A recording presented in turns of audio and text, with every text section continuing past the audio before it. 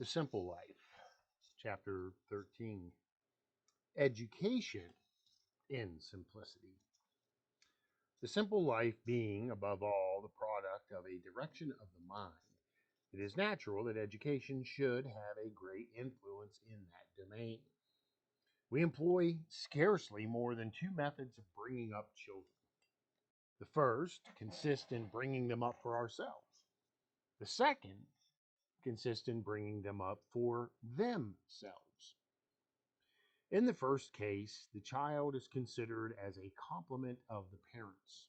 He forms a part of their belongings and occupies a place among the objects which they possess.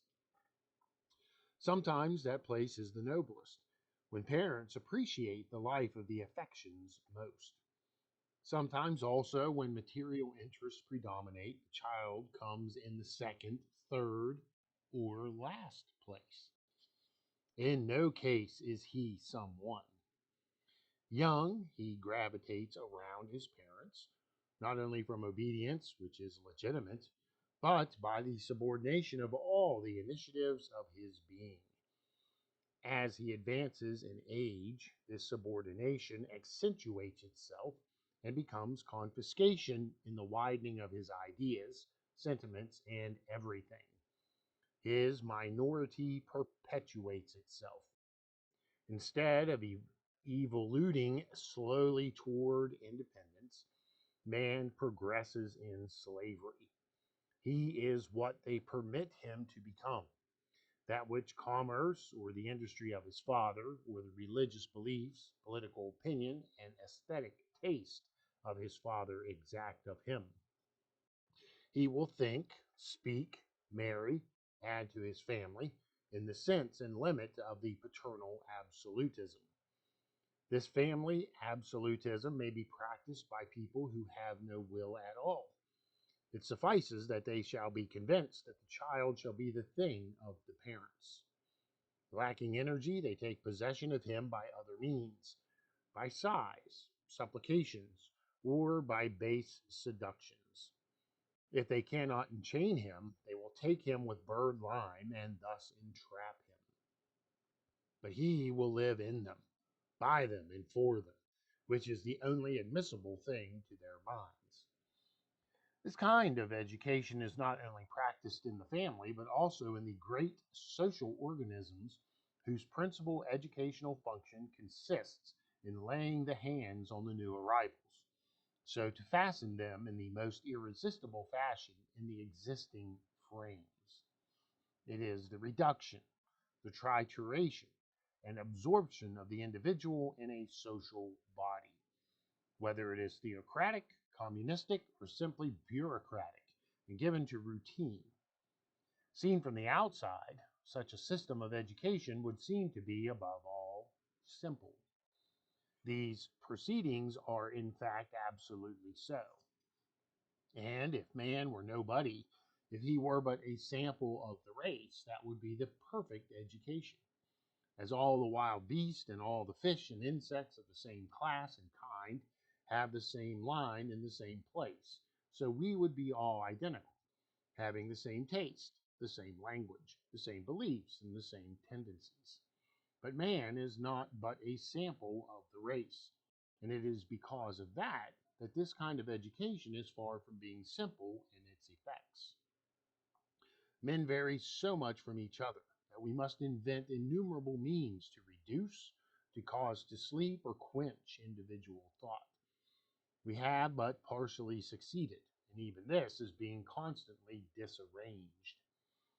At every moment, the initiative, internal force finds its way out through some fissure with more or less violence, and produces explosions, commotions, and grave disorders. And there, where nothing results, where the force submits to the outward authority, the evil lies at the bottom. Under the apparent order are hidden sullen revolts, tarnishings contracted in an abnormal existence, apathy, and death. It is a bad system that produces such fruit, and however simple it appears, at the foundation it engenders all the complications. The other system is the opposite extreme. It consists in bringing the children up for themselves. The position is reversed. The parents are there for the child. Scarcely is he born when he becomes the center. The white heads of the grandparents and the robust one of the father incline before that curly head. His stammering is their joy. A sign from him suffices. If he cries harder than usual in his cradle at night, no fatigue counts. The whole house is up. The newcomer is not long in learning that he holds full power. Before he walks, he is dizzy with it. As he grows, that grows with him and embellishes itself. Parents, grandparents, domestics, professors, everybody are at his orders. He accepts the homage and even the immolation of his neighbor. He treats as a recalcitrant subject whoever does not stand aside as he passes. There is but him. He is unique, the perfect, the infallible one. They discover too late that they have given themselves a master. And what a master! Forgetful of sacrifices, without respect, even without pity, he takes no more account of those to whom he owes all and goes through life without law or bridle. This education has its social form too. It flourishes where the past does not count, where history begins but with the living, where there is neither tradition nor discipline nor respect, where those who know the least talk the loudest, where all those who represent public order become uneasy before the first comer, whose force consists in talking still louder and respecting no one. It assures the reign of ephemeral passions, the triumph of the inferior arbiter. I compare these two educations where one is the exaltation of the center and the other the exaltation of the individual. The one, the absolutism of tradition, the other, the tyranny of the newcomer. And I find them as terrible one as the other. But the most awful of all is the combination of the two, which produces half automatons, half despots, balancing ceaselessly between the lamb like spirit and the spirit of revolt or domination. Children must not be brought up for themselves, nor for their parents. For man is no more destined to be a great person than a sample. We must bring them up for life. Their education has for aim to aid them to become active members of humanity, powerful brotherhoods, free servants of the city. It is to complicate life, deform it, sow the germs of all the disorders, to put in practice an education which is inspired by any other principle. When we wish to say in one word the destiny of the child, it is the word future that mounts to our lips. The child is the future. The word says all: sufferings, past, present efforts, and hopes.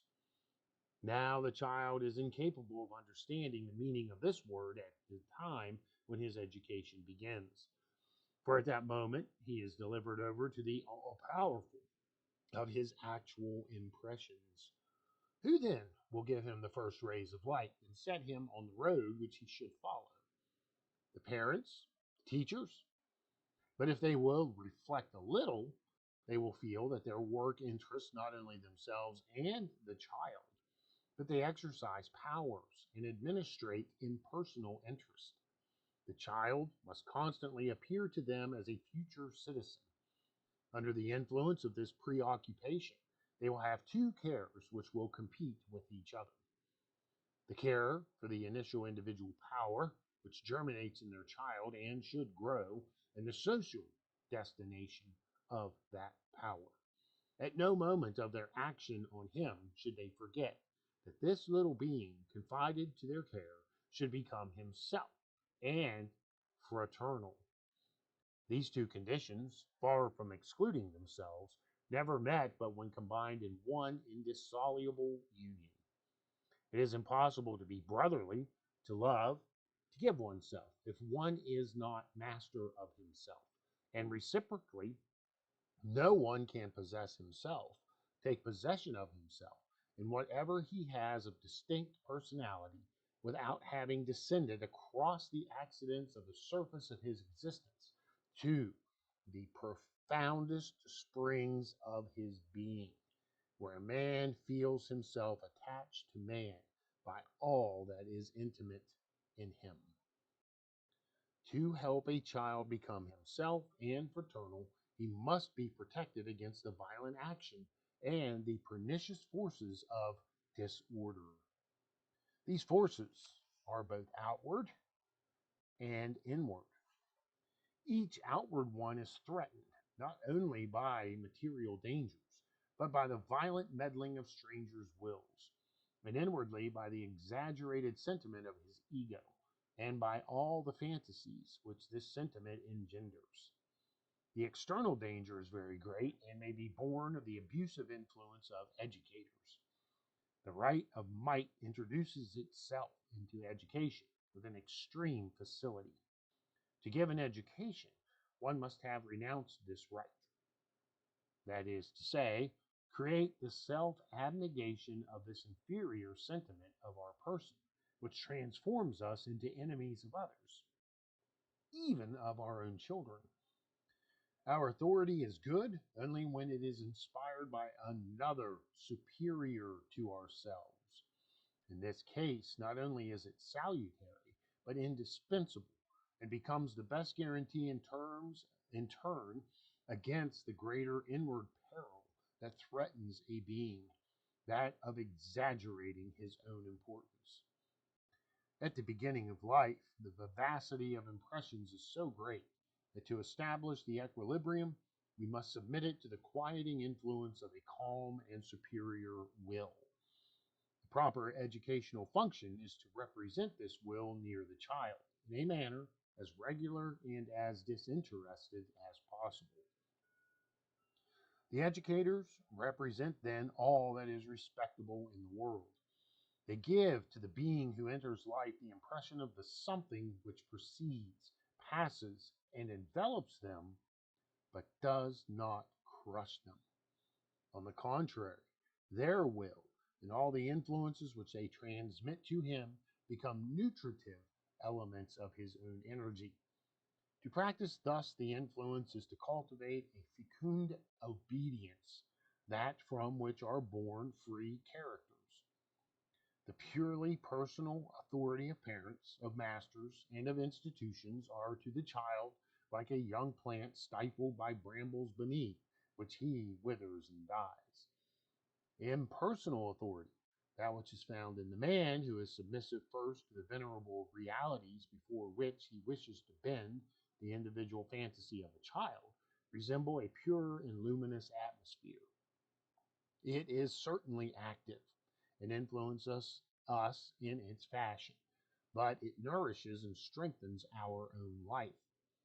Without this authority, no education. To watch, to direct, to resist, such is the function of the educator.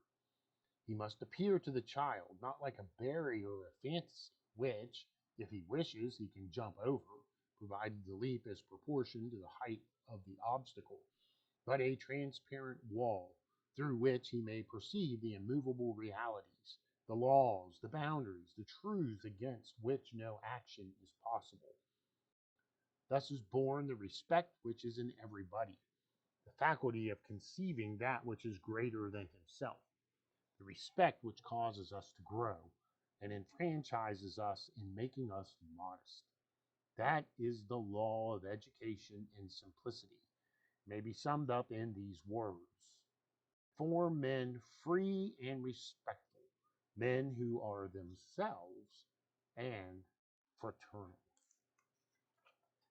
End of part 1 of chapter 13.